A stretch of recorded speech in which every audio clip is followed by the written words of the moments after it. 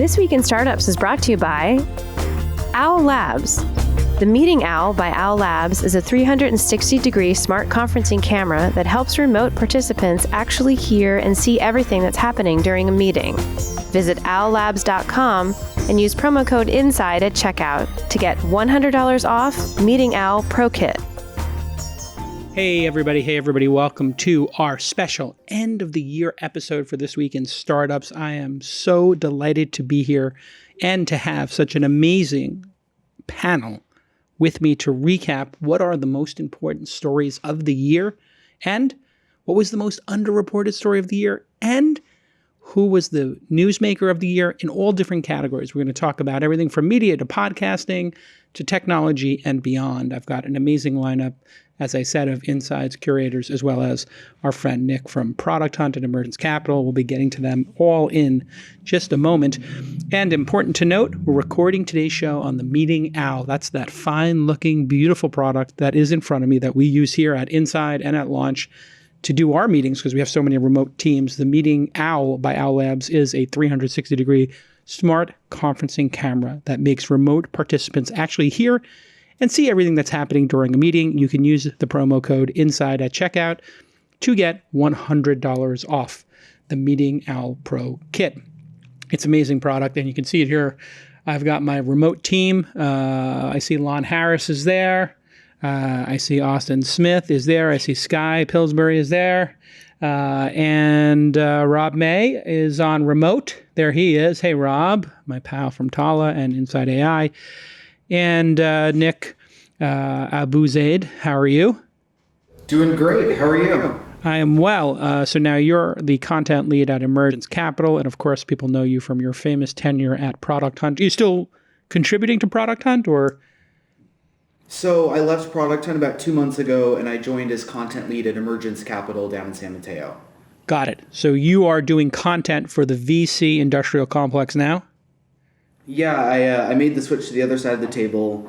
The team's been incredibly welcoming. We focus on enterprise SaaS. We're lucky enough to work with the teams at Salesforce, Box, Zoom. So it's been quite a transition. I'm definitely enjoying it so far. It is super interesting how every venture firm has a content arm today. Okay, so products, scooters, transportation. I know this is all your wheelhouse. What do you think was the most fascinating trend in the tech business in 2018, Nick?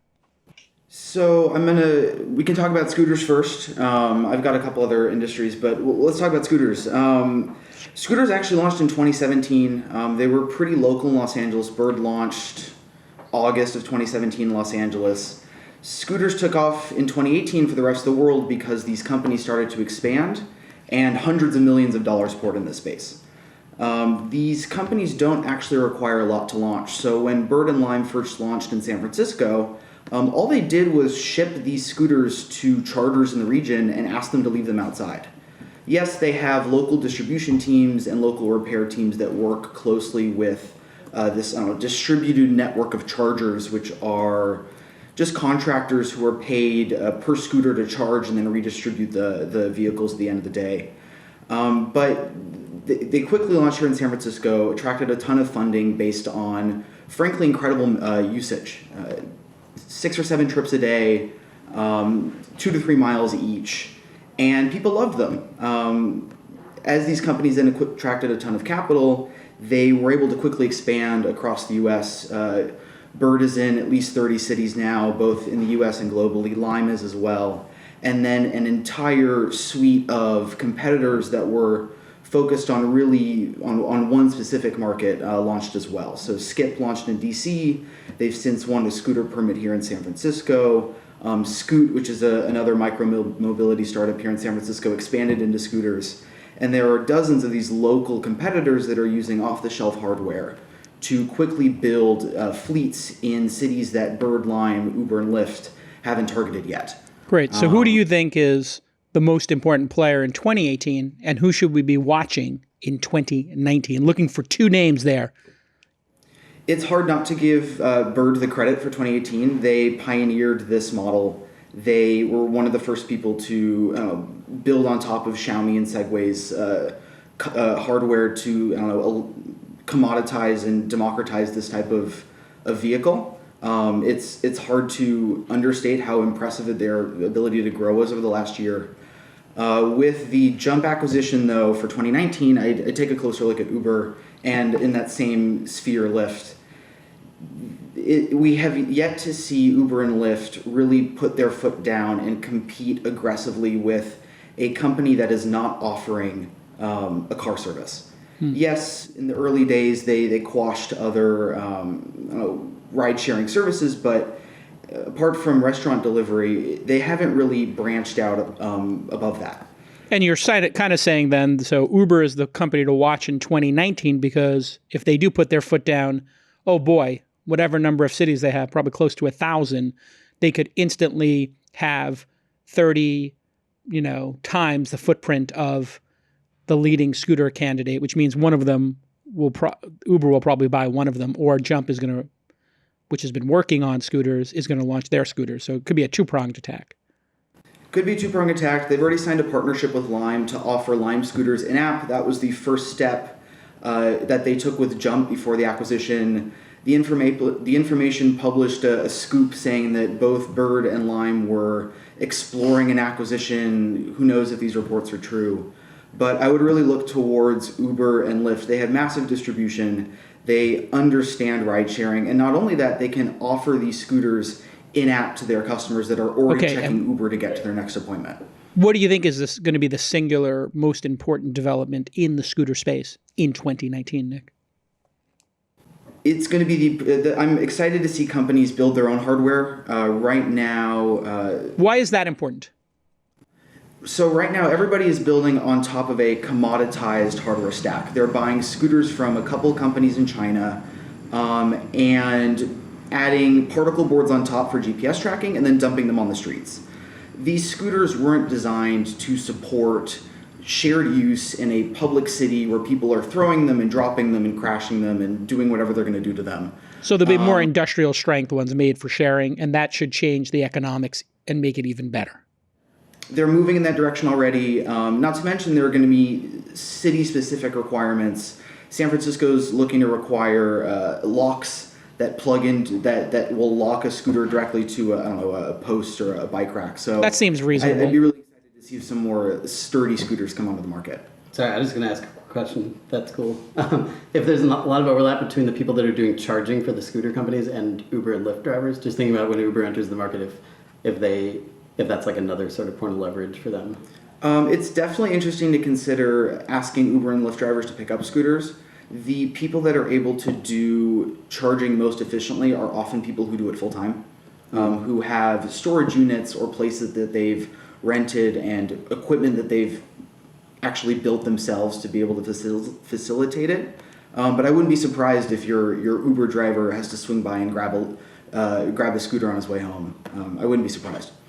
All right, so Lon, you're in Los Angeles. Have you ever used one of these scooters, and how embarrassed were you? I have a scooter story. I have not used one myself because I'm not coordinated like that. I like to keep things low to the ground. But I had a friend, Josh, who was riding one of these scooters. He was riding it on the sidewalk, which apparently you're not supposed to do. Hit a little seam, flew off and bashed up, lost his front few teeth, got a little injured, dislocated his elbow, needed some treatment. So a lot of people were encouraging him to, sue or go after these companies. And I'm really interested in what's going to happen. Like, obviously, we're going to see a lot more of these kinds of issues over time as these vehicles are out there in the world.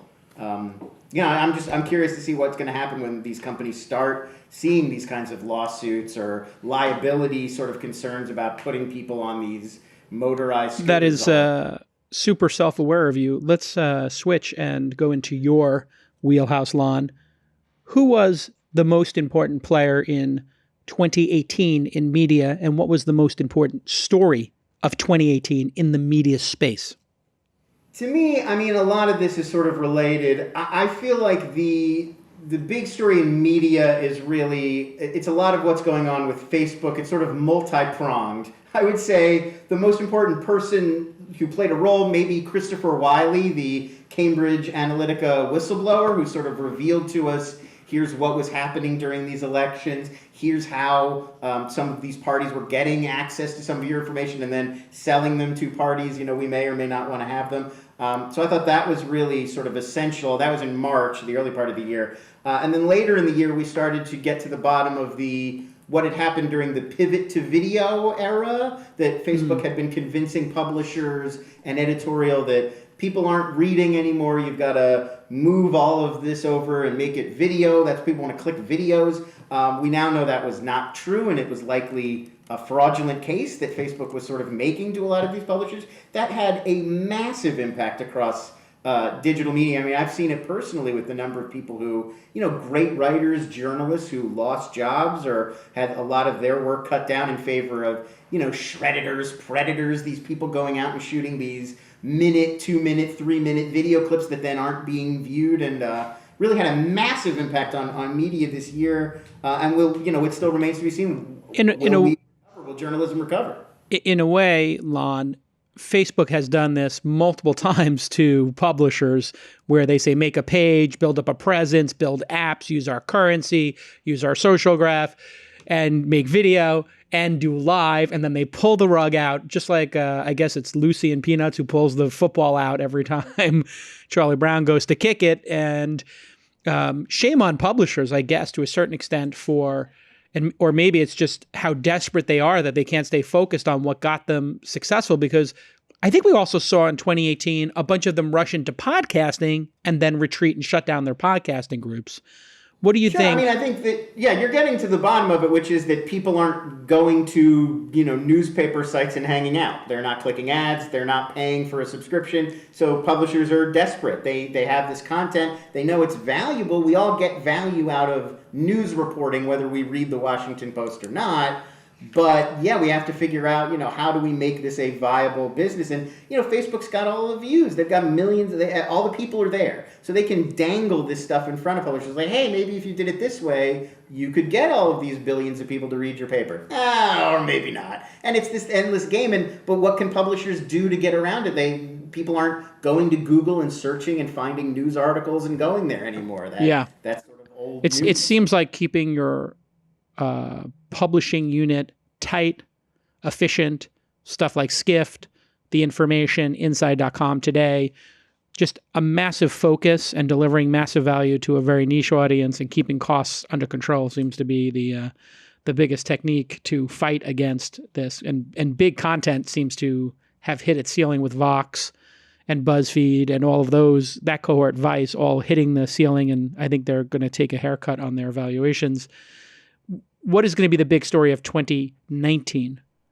I mean, I feel like one thing that we're seeing in media these days is definitely the collapse of any distinction between streaming and traditional media and television and film. It's all kind of jamming together and becoming content. I think that this is going to keep being fueled by things like the Disney Plus streaming service, and even just like 5G wireless becoming, sort of everyone has it and we can all watch this media even faster. Like already it's starting to blur, like what are the movies that come on Amazon Prime? What are the movies that come to your local theater? And I just think we're going to see a lot more of that, to where, Roma is weird to win an Oscar because it's on Netflix. It's like, in a few years that will seem completely secondary. It'll just be, these parties were getting access. Talent has all converged as well, Lon.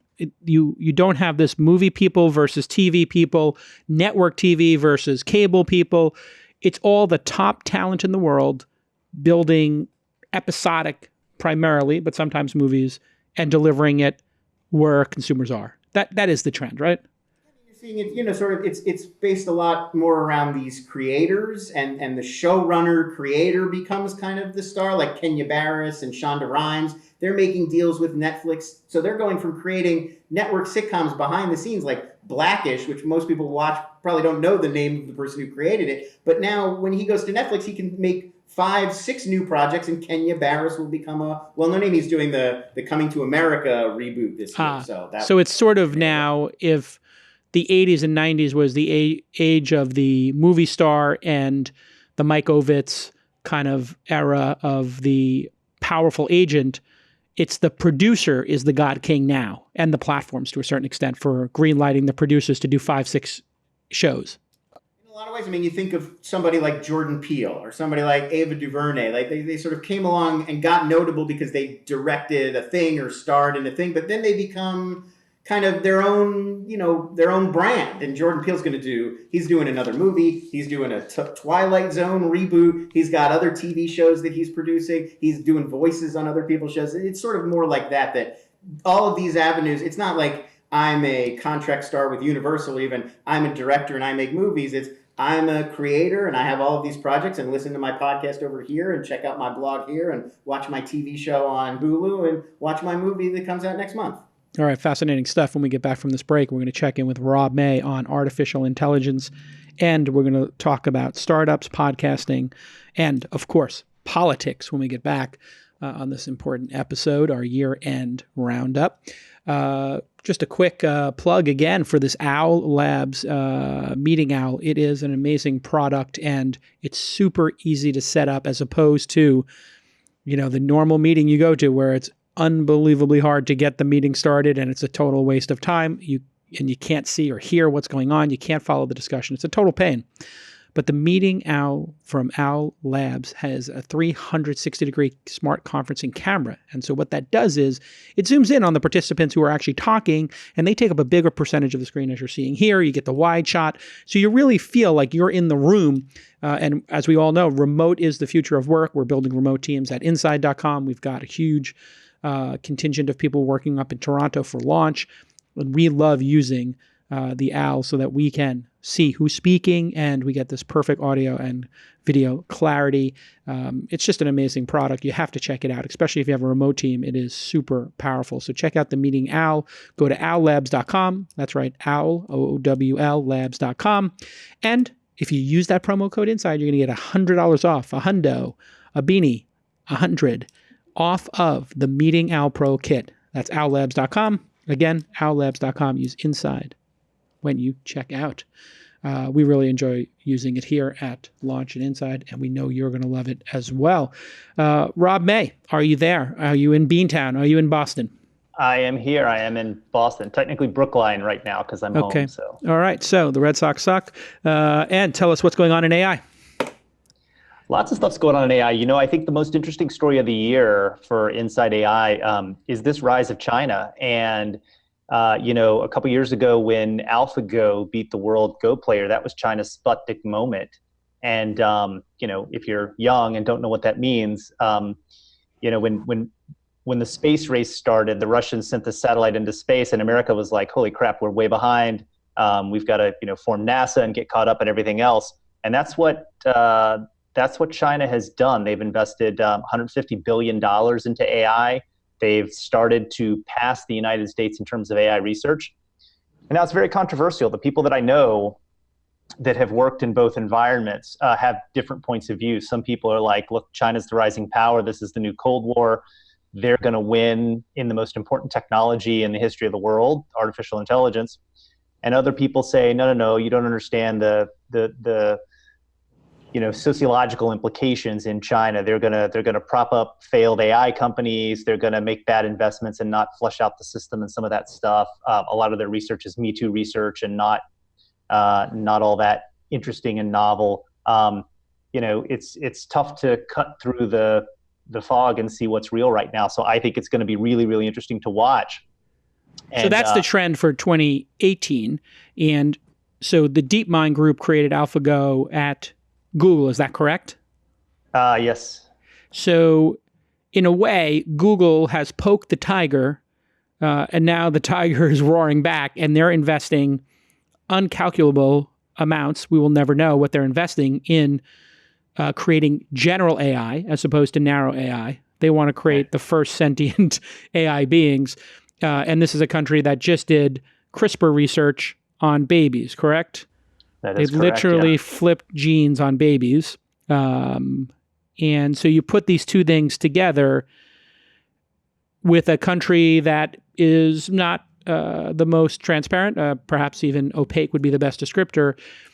What is the trend going into 2019? Do you think that maybe CRISPR experiments, AI, all of this is heading towards some future in which they're going to create a super race of Chinese folks, and that will actually be in this dystopian science fiction world where we're using AI to create perhaps the technology to then flip the switches and make superhumans. I know it sounds insane, but it literally just happened.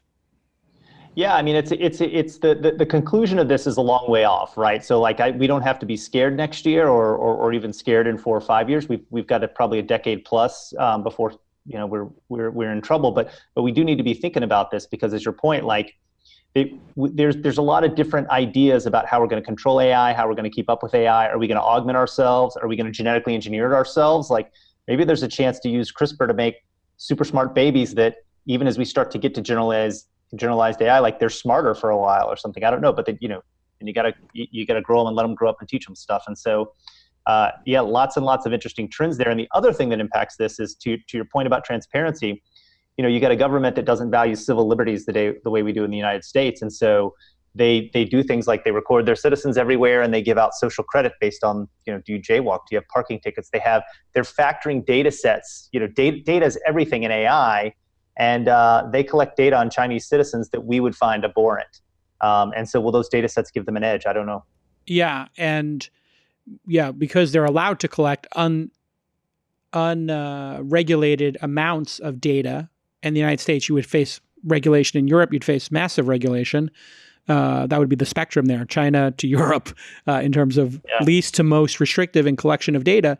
So it's a very interesting insight you have there, Rob, which is the one with the most data wins. That's why Google has been winning the AI race here in America, but China has unlimited amounts. What do you think who's going to be the most important player in AI in 2019, and what will be the topic when we record this next year we'll be talking about as the trend for 2019? If China was the trend for 2018, what will we look back on 2019? Your best guess as to the trend of 2019 and the most important player. So the most important player, I'll give you two answers there. From a person perspective, I think it's a guy named Peter Norvig from Google. Peter Norvig is a very famous computer scientist, and he's known for AI. He wrote an AI book many years ago before it was cool, but he's not been as popular as, Jan LeCun and the people that you read about today. But Norvig has some really interesting ideas about combining deep learning with older forms of AI, like symbolic logic processing. I've heard him speak on them, and so my guess is they're doing some of that work at Google. From a company perspective, I think it's going to be Apple. I think Apple gets overlooked. And what? Yeah, no, look, Apple's done a couple things. They've delved into AI hardware right along with Google, and they think about AI from a privacy perspective because they don't want to control all your data. And I think that's going to give them an advantage in how they approach it. Can you explain that in plain English? Like if I was trying to explain to somebody who's not in the tech business, Apple's approach to AI is X versus Google's, which is Y, or Chinese, which is the Chinese government's, which is Z. Sure. So Google and then particularly China, they have big pools of data that they can use, and in China it can even it can be identifiable data, but big pools of data. And Apple does not want to take your data off your phone and do a bunch of machine learning on it. They respect privacy. They have a lot of they have a strong belief system there, and so they are looking at things like federated machine learning, right? Which is a concept of how do you train on multiple data sets when the data sets aren't all there together and you have to do it in parts and maybe there's some information missing and all that. And so Apple is really, if you think about pushing AI to the edge, IoT, on-device AI stuff, Apple has a stronger incentive to do that than Google does. Google has these giant data centers, that's their business. Apple has these devices, that's their business. And so it leads to different philosophies on AI. So I think Apple's one to watch. And then in terms of stories to watch next year, and the trend we're going to be talking about, I think AI hardware, I think is going to shake up the world. I've made some angel investments there, and I think we've been 50 years locked into this Intel x86 architecture, and these neuromorphic chips, these new ways of designing computer chips are going to bring new ways of thinking about writing programs, what you can do with them. They're going to be custom built for AI. I think it's going to have a really powerful ripple effect through the tech economy, and I think it's going to start next year. And there are about 40 companies that are venture-backed that are working on this technology. So we had the CPU revolution. You used to make a decision buying your computer, what CPU you would get, Intel Inside, that whole thing. Then we had GPUs for gaming, graphical processing units. That architecture became so powerful that cryptocurrency self-driving cars and AI started using those GPUs because they got more power. They're more powerful at parallel computing, correct? And now we're going to have a series of computer chips that are built specifically for AI, which are modeled after the way our brain works, which is, I don't know if it's billions or trillions, but a bunch of essentially connectors that are making decisions massively in parallel. Am I explaining it in layman's terms correctly? Yes, yeah, that is correct. And they're doing it in ways like your brain uses so little energy compared to a computer. And that's what some of these chips can do. And there's new models like, some of them are more analog and less digital. Some of them use technology called spiking neural networks that work more like the brain. But yeah, I'm an investor in a couple of these, and I like the progress that we're making. But they're still a year or two away from really being out in the market in products. And Google has one of these projects. Can you tell us what Google is doing specifically? Yeah, Google has one that's really designed for deep learning. It's called a tensor processing unit. I think they've open sourced the design. I'm not 100% sure on that. The tensor processing unit, and TensorFlow is the software that powers that, or the programming language? And Amazon's just announced, I think, that they're building a chip, right? They're building their own chips, which will have AI capabilities. So that, that's going to shake up the market. I don't know what Intel's going to do. Let's assume that these chips work, and let's go to 29 prediction. We'll go fast forward 10 years to 2028, 2019. These chips have existed for 5, 6, 7 years. They've gone through, let's say, 4 revisions, 5 major revisions in terms of revs. What would those chips in 10 years be able to do to something like self-driving or AlphaGo or Deep Blue when it beat Kasparov? What impact would it have had on those specific tasks or narrow AI challenges? Yeah, the biggest trend is going to be new types of computing power and low power devices. So I'm an investor in this chip company, Mythic, right? And Mythic is going to allow you to put voice everywhere in all kinds of devices that you can't today. Because, if you were going to put voice in your Fitbit so that it could respond to a couple simple commands for you, whatever, you'd kill the battery every 20 minutes, right? It's just too much. And so one of the things about these is these chips that work like the brain, they use way, way less power if they're custom designed for things.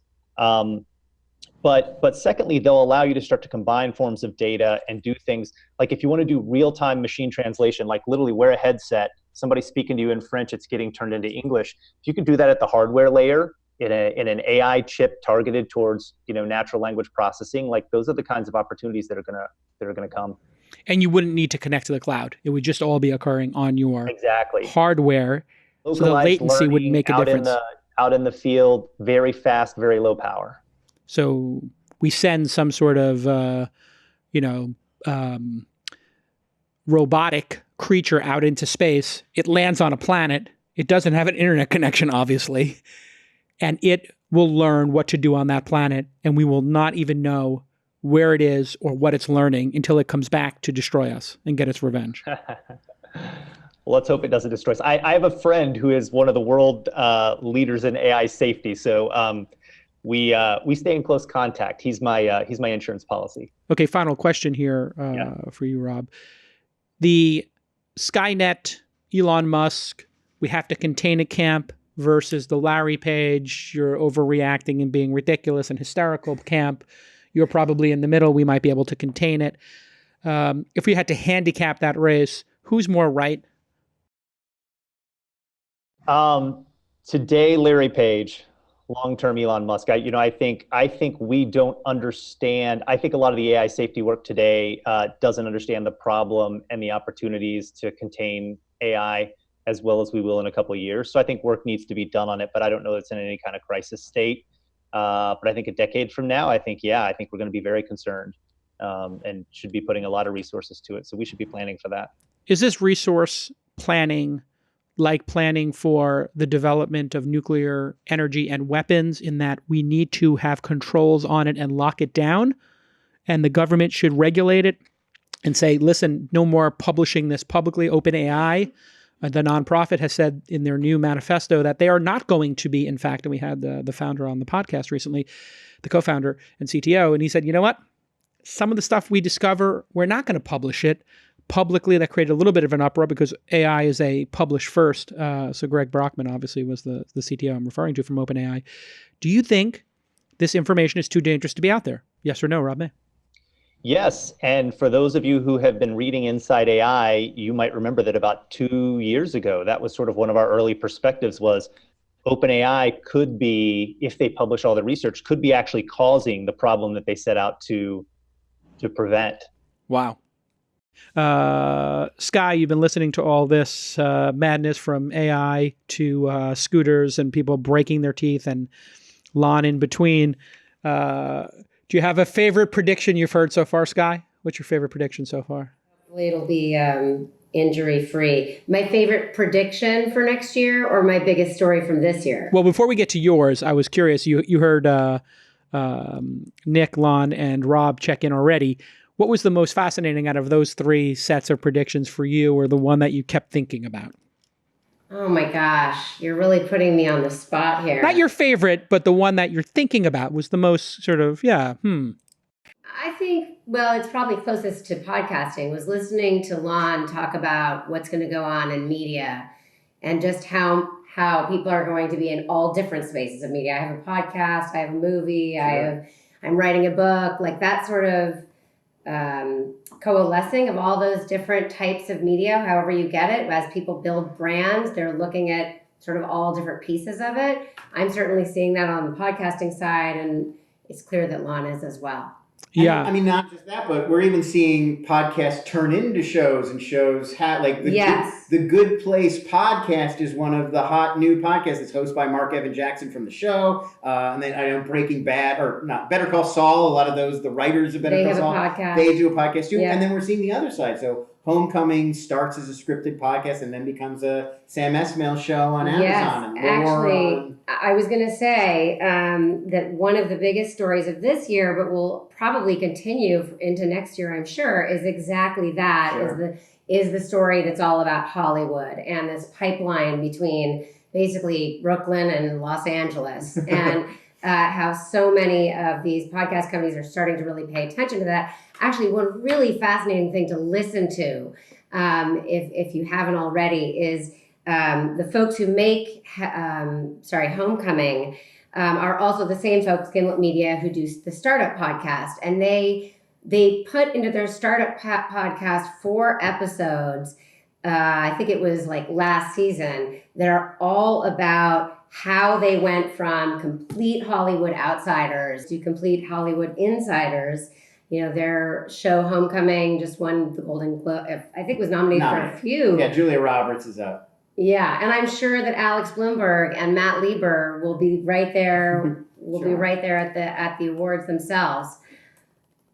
Well, it's kind of, I mean, the sort of Hollywood angle on it is, you know, if you're a development executive, you could look at a script from a pile and be like, oh, those characters sound good. I bet that could be interesting. Or you could take media that's already been created. Like, they know that Homecoming is a fun story that has a built-in audience that'll get people coming back week to week because it's involving, because it happened already. So from their perspective, it's a way to really cut a lot of the gambling out. If something's already an established, successful, popular podcast, it's like, oh, that's good. People like the Chapo Trap House guys. Let's have them write a book and people will like it as well. And so... Yeah, I was about to say, Lon, that is definitely a key happening in Hollywood right now. That built-in audience is how books are selected now. People are like, oh, you have this many followers, this many email addresses, your book's going to sell this amount. And CAA... One thing I will say that's troubling, just slightly to me, is that I know that Gimlet Media is now making this a huge part of their effort. I mean, their strategy as a company, the way that they intend to make money is they're going to continue to do sort of the nonfiction stuff, but they're also putting a lot of effort behind their Hollywood primed shows. Like, they just launched the horror of Dolores Roach, which I'm sure the intention is to do the same kind of thing. And I love that they're doing both. There is a part of me that worries that, you know, that when you're a writer and you're writing with an eye towards Hollywood, you're not writing just about the podcast medium. So it'll be interesting to see how that plays out, especially at Gimlet Media, a company that has made this a huge part of their strategy. We had something, it's interesting, this argument. It's like deja vu all over again. I remember in the magazine business in the 90s, people started doing movie rights based upon stories or book rights based upon stories. In fact, Tina Brown's Talk magazine was the whole premise of it was she'll source stories for Harvey Weinstein to go then make into movies and books. And they had their own, sort of pipeline for that. And so, and obviously the comic book genre and graphic novels also a feeder. So it almost feels like we just plugged in a new feeder, which is, theater of the mind. Let me ask you, who was the most important player in 2018 and who will be the most important player in 2019 when it comes to podcasting? Yeah, it's a great question. Slate, unfortunately, lost a number of really great people this year. And I think that everyone is very focused on where those folks are going to land. So I want to sort of throw that out there. Jacob Weisberg, who was the editor-in-chief of the Slate Group, which produces a ton of great podcasts, he left and took Malcolm Gladwell with him.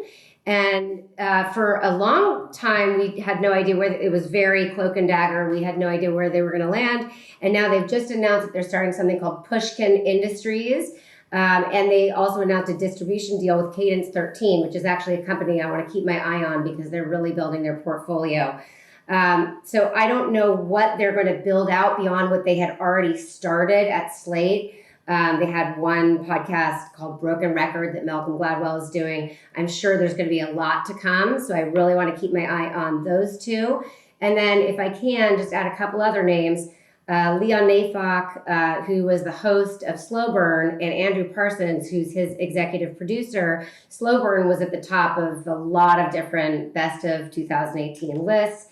I love the podcast myself, and he just recently announced that they are leaving. They don't even have a website up for what they're doing either. It's going to be called Fiasco, which I think is a great name. And it sounds like they'll be doing something similar to Slow Burn, but they're going to do something, but they're going to be doing it elsewhere. I think the one, what people are talking about is Fiasco going to be its own thing?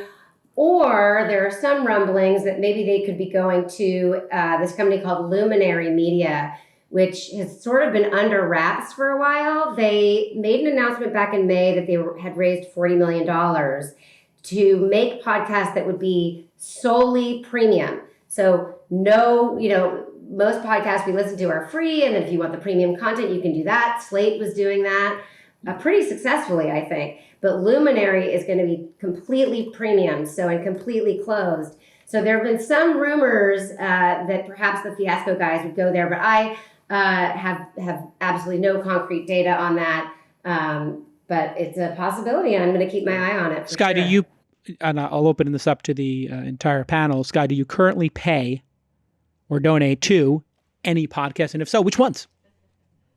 I do. I am a Bello Collective Patreon member. Bello Collective is something that's close to my heart because it's not one podcast, but it's a collection of podcasters who otherwise don't really have the funding themselves to do the kinds of things that they want to do. It helps them share ideas. They have a Slack channel, which I actually now get to be part of, which sometimes helps me find interesting bits for my newsletter. So I'm a proud member, proud supporter of that podcast collective, and also Gimlet Media. I pay them as well. I pay for, I just started paying for Preet Bharara. I previously paid for Bret Easton Ellis. I still do. And previous to that, Sam Harris. So I guess two of those three have no ads in them. I think Preet does read an ad once in a while. But it's interesting how Patreon now is becoming, I guess they're enforcing their terms of service. So that platform is not going to be available to people with certain positions or who use certain types of speech. What are your thoughts on Patreon as a decider of what gets published or not? It's an area that I haven't focused on that much so far. What I know is that it's very, very valuable right now to the people who use it. Yeah. My impression is that there is still a line between what they're covering and who their supporters are. I think when you sign on as a Patreon supporter, you're under the impression that you don't have any editorial control. So I hope that is actually bearing out to be true. I just remembered I'm a supporter of Slate, and there hasn't been any, I don't get any sense that they're selling to their Patreon supporters. Got it. And what's your big trend for 2019? I'm curious. And I got from your opening, the 2018 trend you think is this Hollywood dovetailing that Lon sort of talked about? What I was originally going to say was that I think that the big guys are starting to pay real attention to this space. So like Pandora, Spotify, iHeartMedia, all those guys are really starting to move in very quickly. In fact, Nick Abouzeid, who's an expert in the space, wrote something yesterday saying he feels like it's like the UFOs are circling like the cow farm. And I kind of like that image, although I hope that it sounds sort of ominous. So I hope it doesn't bear out to be ominous. But I guess it depends on if they're going to dissect the podcasters when they get them into the ship. Exactly, or eat them or make them fatter and happier, which would make everyone happy. But as I think about 2019, I think that those shakeups and consolidations will all shift and change even more, and there will be, I'm sure, lots of announcements. But I think another big shift will be towards smart speaker usership. I know that I primarily listen on my phone in my car when I'm walking my dog, but I'm now starting to listen inside my home thanks to smart speakers. I've got Googles and Alexas and all that around the house. One last thing I want to make sure I get in there is I really hope that in 2019 that we're hearing from more diverse voices in the industry. Google has partnered with PRX on something called the Google Creator Program.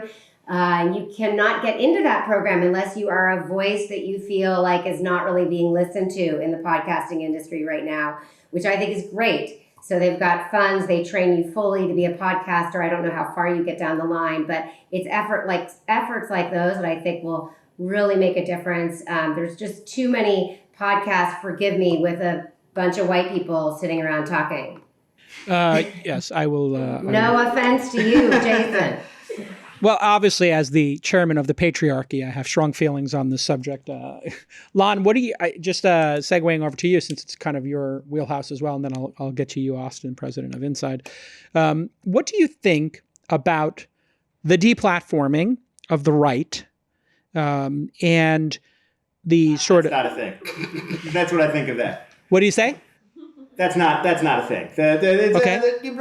Republicans, conservatives discovered many years ago that if you make a loud noise and scream and stomp around and say everybody's being unfair to you, then everybody will treat you with kid gloves, and they won't be as hard on you. And it's exactly how they bully reporters into like both sidesing everything. Like if the president lies, they'll still be like, the headline will just be like, the president said some lies, and or they'll just repeat the lies that the president said, because they know that if they say the president misled people, they're going to get a lot of heat from the right wing. So it's the same thing. It's, they're kicking us off of Facebook, and we can't get our message out. Meanwhile, we were actually talking on the way over here. Go to YouTube and watch any video that has any political subtext at all, and you'll be offered Jordan Peterson and Ben Shapiro and PewDiePie, the #1 YouTuber. I mean, he's recommending white nationalist YouTube channels. Like, he's not being deplatformed. He's literally the biggest YouTuber there is. Yeah. It's like deplatforming is a thing to some extent. Like Alex Jones got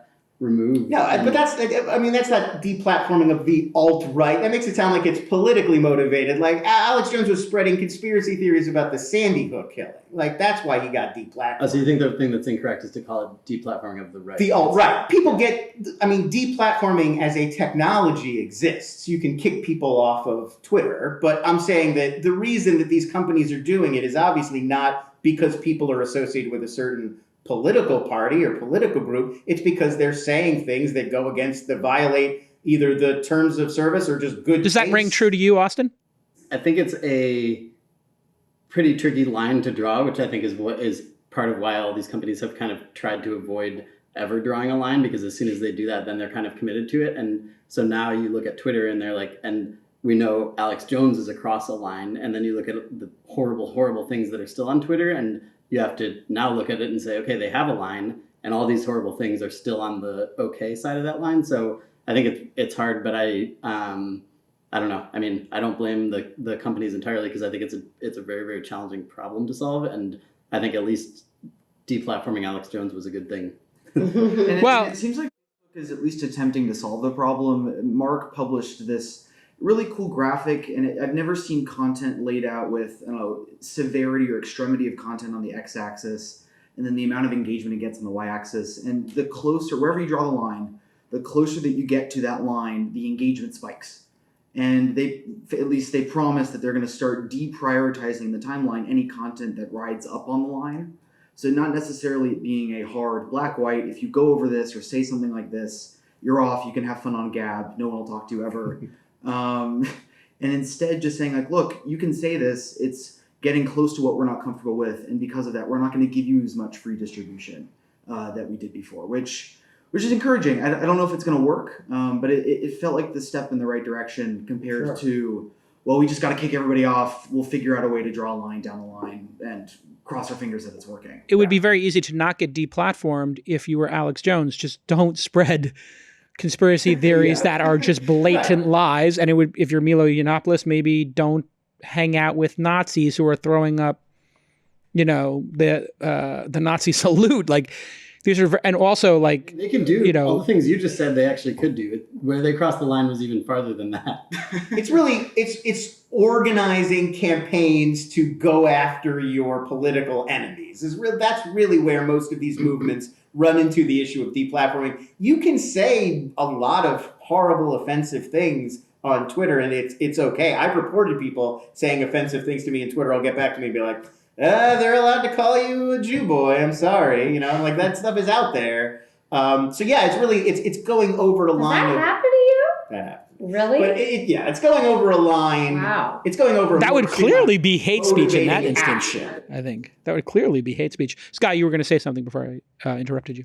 Oh no, I was just expressing sadness that this is happening to him. That people are. Well, I'm on a couple YouTube channels. I have a little bit of visibility, not much, but like a little bit among a certain community. And then I tweet politically outspoken things, and that combination of being someone who's semi-recognizable and then saying something outspoken, it would be a lot worse if I was a woman, and it would be a lot worse if I was a minority woman, or a woman of color. But I still get abuse. I mean, there's just no doubt that on all of these platforms, we love to keep them open, and that's great, and that's also scary. And there have definitely been some big articles in the podcasting world about supremacists making use of podcasts, but of course they're making use of podcasts. I mean, they would be idiots not to. Like, they are trying to spread their message. And to be perfectly clear, like, I'm not even saying if you're a white nationalist and you make a podcast, that should be like banned or you shouldn't be allowed to distribute your podcast. I just think it's up to these companies to decide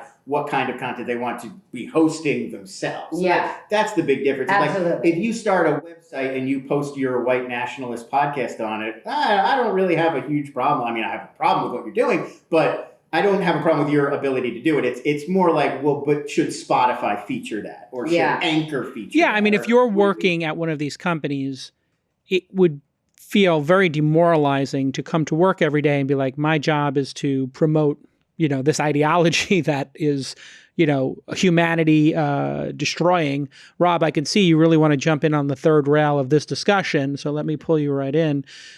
Distributed networks, I know that you're a big fan of cryptocurrency and have actually done an ICO and been very involved in that space. We keep hearing that distributed networks, serverless technology, distributed crypto, blockchain-like solutions will solve this problem of freedom of speech. So if you're in the freedom of speech camp, which the Twitter founders used to be, by the way, they were the free speech party of the free speech party. Like, they were like, do whatever you want. We'll have tools to let you block stuff. They since changed their position because most people feel the tools don't work as they should. At least that's the argument I hear. Why haven't we seen these distributed systems? And do you think that these distributed systems will become a thing in the future? Or do you think it's just a nice intellectual discussion, but there really is no there, Rob May? That's a great question. I think the distributed systems have been harder to build than people think. And I think people forget that with any decision like that, you get some trade-offs, and distributed systems are actually very frequently slower and more expensive to run. And so, you have to have a really, really big use case where the decentralization is very, very valuable to the use case. It can't just be like, oh, here's a decentralized version of, whatever app you commonly use, because that doesn't really add a lot of value. So I think there've been some challenges there. I think you will see them continue to emerge as a good base layer in a lot of ways, but I think it will be about control more than democracy, right? I think it'll be about controlling your stuff, whether it's your data or your money or whatever, and your identity, and sharing it with people in ways that you want, moving away from the control of the Facebooks and Amazons and all that of the world. But I don't think it'll solve the fundamental problem of, that you guys are debating about content. I think it's human nature that, we get it. There's actually a study that came out recently that said, there's pushing too much on making everything fully integrated and everybody see every point of view can actually work against you in some ways, right? And so you do need to be able to let people have their pockets where they can, interact with people. But I just think a lot of it's human nature to be angry at other humans and be scared of other viewpoints and all that kind of stuff. And so I don't know that any decentralization in the content realm is going to fix that or make us any wiser. It's the reason that sort of like pure vote by vote democracy doesn't work very well. And so your position is humans can be bad actors. They can do bad things. To have the platforms have to mitigate all of this bad behavior is a bridge too far, and that they should be given a little bit less of a hard time if you have a Milo Yiannopoulos or a acting out of an Alex Jones. Would you, if you were running those services, ban those individuals for spreading conspiracy theories? Or would you just say, hey, this person's a conspiracy theorist, like grow up, listen to their stuff if you want to, don't listen to it. But we obviously know that it was not a conspiracy, Sandy Hook. What is your thought on that? What would you do if you were in that position? Boy, that's a really difficult question that I haven't thought a lot about. I don't know a lot about. But you're a libertarian, correct? Would you say you're a libertarian? I am a political libertarian, and I generally favor hands-off government. Okay. What about in private organizations? I don't see anything wrong with even a company like Facebook. I think you have two paths. The government can step in and regulate it as a utility if they feel like it's something like electric power, and I think that is okay. That is something that, as a libertarian in this case, I would probably support, which might sound unusual. But then I think it was Lon who said it, sort of had it right, that I think they just need to be upfront about what they will and won't tolerate, right? I think what really frustrates people is because alternatives will spring up, and the more fringe an idea is, and the more fringe stuff that you ban, the more you'll have little fringe things that spin up somewhere that don't get a massive audience. And I think I think all that's fine. I think they just need to say, this is our policy, this is what we stand for. I think this is a super nuanced point because, Lon, correct me if I'll have you chime in this in a minute, but the Milo Yiannopoulos case comes to mind because we all knew Milo Yiannopoulos when he was running a weblog saying Gawker competitor, and he was a normal person. And so we had this like normal individual who was, like moderately flamboyant in his approach, but was writing about tech. He was essentially a tech journalist. And all of a sudden he, over time, kind of became a libertarian or a free speecher. And it was like, okay, well, that's charming to many intellectuals in the tech space. And then all of a sudden he went off the deep rails and he's, hanging out with Nazis. And so I think for a lot of us, like I saw they took Mark and Dries and were like, he follows Milo Yiannopoulos. By the way, we all did. He was like a fixture in the tech community as a journalist for some period of time. And then he went off the deep rails. And so we do see two things, Lon. I'll bring you in on this discussion. We have individuals who maybe go off the deep end, but should these platforms now just be nipping this in the bud? Because they really enabled Alex Jones on these platforms. They amplified him. They used their algorithms to specifically amplify those people on. And now do they need to just be more upfront? I think that's the real case. I mean, I think I agree with what you and Rob are saying, that the more these platforms can do to make it clear upfront, explicitly, we are okay with these types of comments. We are not okay with these. You're allowed to motivate your audiences in these ways. You're not allowed to do it in that. I think that would be better too. But I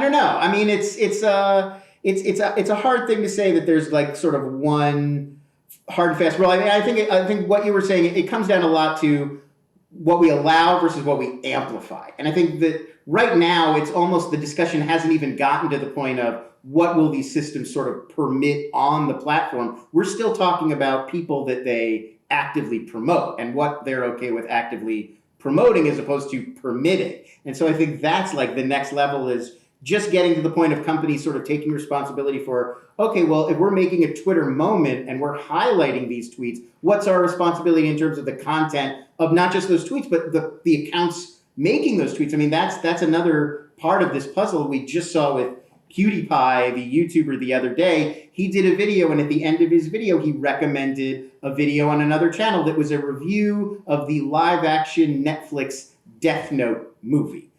Pretty non-controversial. But that same channel that he'd recommended had other posts where they just posted 10 minutes of a speech that Hitler was giving, or a series of anti-Semitic jokes, or a post that's about, what do we do about the problem of, international Jewry or what have you. So that's a case where, PewDiePie is saying, well, I didn't know what the other content was. I was just recommending a video where the guys, talked about an anime I liked. But what's his responsibility as a guy with millions of followers to not recommend something unless he's sure that he's recommending good content that comes from a responsible place? So I think it's that conversation, but every company is now having it. This conversation has massive nuance. Skye, let me pull you in on this. We saw Kevin Hart get dinged from hosting the Oscars for refusing to apologize for previous tweets that used offensive language towards the LGBT community. That, of course, resulted in tweets being pulled from Sarah Silverman, Amy Schumer, of them using derogatory terms towards the LGBT community. And we seem to be in a moment where we are policing speech and eliminating people from, I guess, I got to be careful how we say this, but we're sort of either giving people the punishment they deserve or destroying their careers forever, depending on how you look at it. And each of these cases is nuanced and unique. Some of them involve, much more dark stuff.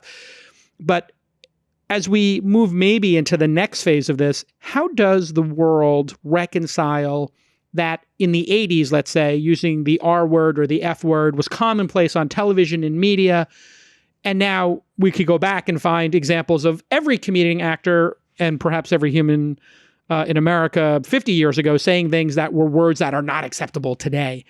I know this is a big question for me to ask you, but we do see it, especially in the entertainment business, podcasting, all these spaces. Comedians are the kind of lifeblood of it. Should a comedian who used a word that is now offensive in the last 5 or 10 years then have their career ended, deplatformed, however you want to look at it? It's a big issue. I'll take whichever or interpret the question as you wish. My perspective is that Kevin Hart just fumbled the ball on that one. I think if he had apologized, said, which he did end up saying, I've changed, I've grown. These are not things that I would say anymore.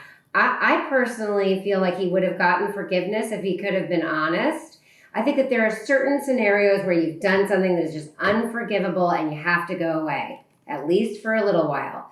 And this was not, I don't think, one of those situations. I think that, as you point out, many other comedians had done the same thing. So, I think that there's love for him out there in the community. So I think that he could have, deposited those checks and just sort of said, I'm sorry, please forgive me, it's not me. I wonder why he didn't more do and that. More, this will probably continue to happen because everyone's on tape saying everything. So, we're a much more recorded society than we ever have been before. So, it's dangerous out there. No, we had it here on the podcast. I don't know, Lon, if you remember, but in the early days of even this podcast, using the R word, retarded, or, for connotating something that you felt was stupid, was just in the common lexicon maybe, 10 years ago. And then somebody emailed me and was like, hey, Jason, every time you use the R word, it makes me sad. And then another person emailed me, who's a very close friend, and said, you don't know this. I have a brother who is, handicapped. And every time you say that when we're playing poker, it hurts me very deeply. And I was like, oh my God, I am so horrible. I feel so terrible. And I just said it on air. Like, I'm just never going to say that word again, because I don't want somebody who listens to the podcast to feel that hurt. And then it happened again because I used to have a catchphrase, oh God, kill yourself. When it was somebody who was loathsome, I'd just be like, oh God, just kill yourself. And then somebody emailed me, my dad killed himself. I love you in the podcast. Every time you say that, I think about my dad. And I was just like, oh my God, that hurts me to my core. I have to stop. That's terrible. Yeah. And I'm just like, oh my God.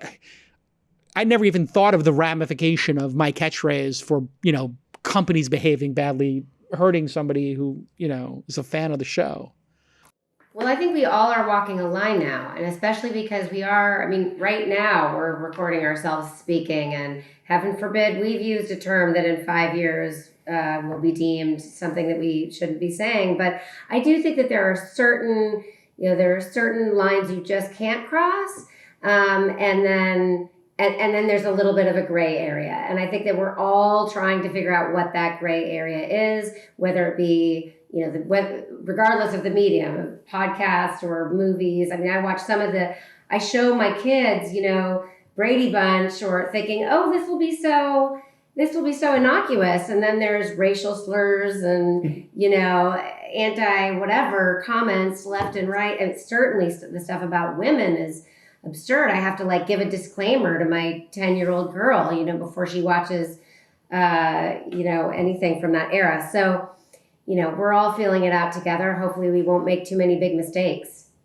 Yeah. Hey, Austin, you're the president of Inside. You must be impressed with watching this proceeding today as we have our amazing curators and writers from Skye to Rob and on to Lon commenting on everything, as well as having Nick as a great guest as well.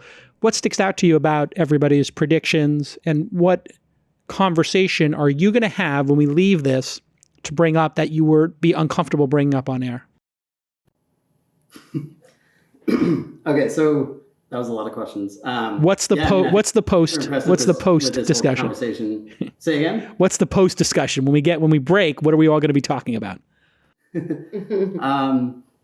I mean, I don't know. For me, it's been interesting to just hear all these different predictions and think about that heading into next year. I'm honestly a little bit fatigued of. I think we could all talk about the free speech platform versus publisher thing forever, but I'm kind of fatigued of it and feel like I've had that conversation in circles so many times, and I'm interested to see where it goes. But that's probably not a conversation that I'm trying to take offline. But I don't know. I mean, I wouldn't say there's a conversation that I don't want to talk about on the air that I would want to talk about later. But the thing that I hadn't really been aware of that was really interesting to hear today was with podcasts moving into Hollywood. And I didn't know Gimlet was doing a show, and I knew they had done one before that. I don't think they controlled, that was on Hulu.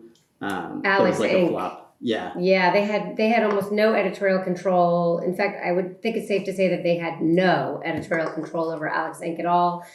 They sold the script or sold the rights, and then a company did the whole thing. So it wasn't until, Homecoming is really, they've come full circle. And again, it's just great to go listen to that part of startup that tells the story behind it.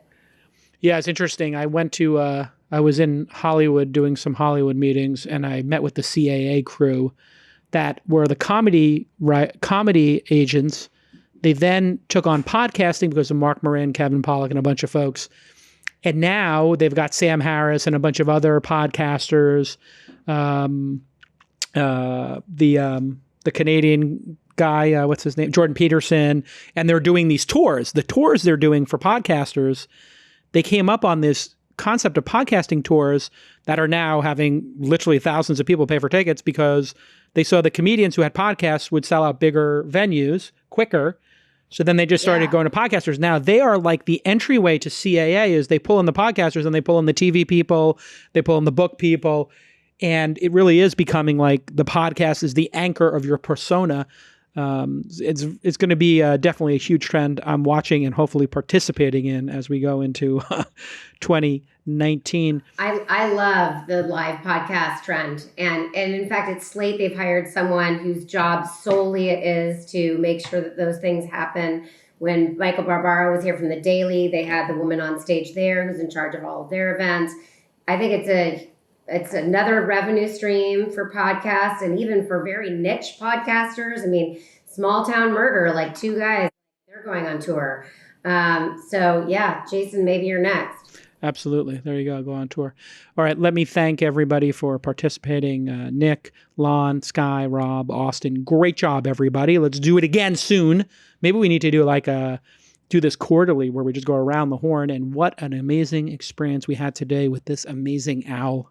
Amazing how well it works. It's just amazing that the robotic camera zooms in and I guess they must have a little AI going on here to figure out who's talking, and just incredible fidelity. So let me thank again our friends at Owl Labs for making the Meeting Owl. It's gorgeous. We have got a couple of them here. We love it. We buy them.